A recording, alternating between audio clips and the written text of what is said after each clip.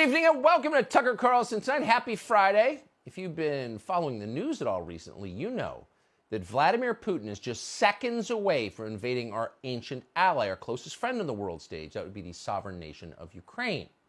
In response to this news, lovers of democracy everywhere are horrified. This is a slow-motion disaster. In effect, it's the first domino. First, the Russians come from Ukraine. Next, it's Bangor, Boise, Bakersfield. What Vladimir Putin plans next will make Red Dawn look like a documentary. So, of course, defenders of democracy everywhere are horrified by this, and they're ready to fight. Now, NATO, whose job it apparently is to contain Russia, has not yet committed to defending Ukraine for some reason. But patriotic Americans are not waiting for NATO. That's not their way. According to a piece in BuzzFeed, American citizens are joining the fight on their own. It's their Spanish Civil War. They're paying their way to Ukraine to defend the noble Ukrainian people against the dastardly Russian hordes on the frozen steppe. But strangely, and this is weird, we have no confirmation tonight that David Frum, Max Boot, and Liz Cheney have left yet for Kiev. And maybe they're still oiling their rifles and gathering their kit. Or maybe they've decided to man the cable news barricades. Just because they're technically behind the lines doesn't make their service less perilous or important. And someday they're all going to get medals for the sacrifices they're now making in CNN studios in New York City. And we plan to cover that ceremony live. But in the meantime, Joe Biden seems most worried of all. Joe Biden is so panicked about what's about to happen to Ukraine, he makes Bill Kristol seem understated and restrained. And that's not really surprising because Joe Biden's the president of the United States. He's got access to all the latest intel. It's delivered to him daily by the Weapons of Mass Destruction Division at CIA. Those guys are on it. This week, Biden got so concerned after reading what the CIA delivered him. He's so worried about what's about to happen to Ukraine that Joe Biden called the president of Ukraine to warn him about his fate. And then someone in the intel community leaked the transcript of that call to CNN, not for the first time. Here it is. We have breaking news for you in our world lead. A senior Ukrainian official tells CNN that today's phone call between President Biden and Ukrainian President Volodymyr Zelensky, quote, did not go well. Our source tells CNN that the two disagreed about the immediacy of the threat of a Russian attack on Ukraine. The White House and Pentagon have been emphatic that they believe an attack could be imminent. We should note the White House just released its own readout of that call, and there was no mention of President Biden's warnings or the two presidents' disagreements. Whoa! First, we should note that CNN is perfectly capable of taking spin-filled propaganda calls from agents of the Ukrainian government, but you can't talk to Russia because that's treason.